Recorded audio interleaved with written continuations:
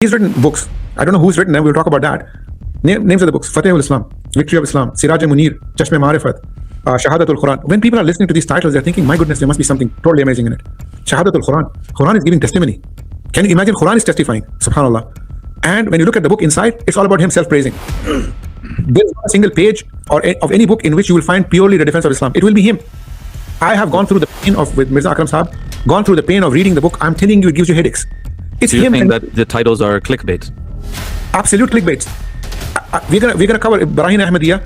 You will be there, brother, and you will see it. What else is it? What else is it? Again, I'm gonna clarify this point to you. Mirza wasn't talking to these ChatGPT Googling people. He was not talking to them. He was talking to these guys, the villagers. They were subdued by the situation. We talked about this, the colonial era situation. People were sick. His gradualism was that he became a peer. You know, till today, people are afraid to talk in front of peers because they think some bad thing was going to happen because he has mob killing and all that. This belief system we have. He used all of that and he came out with these clickbaits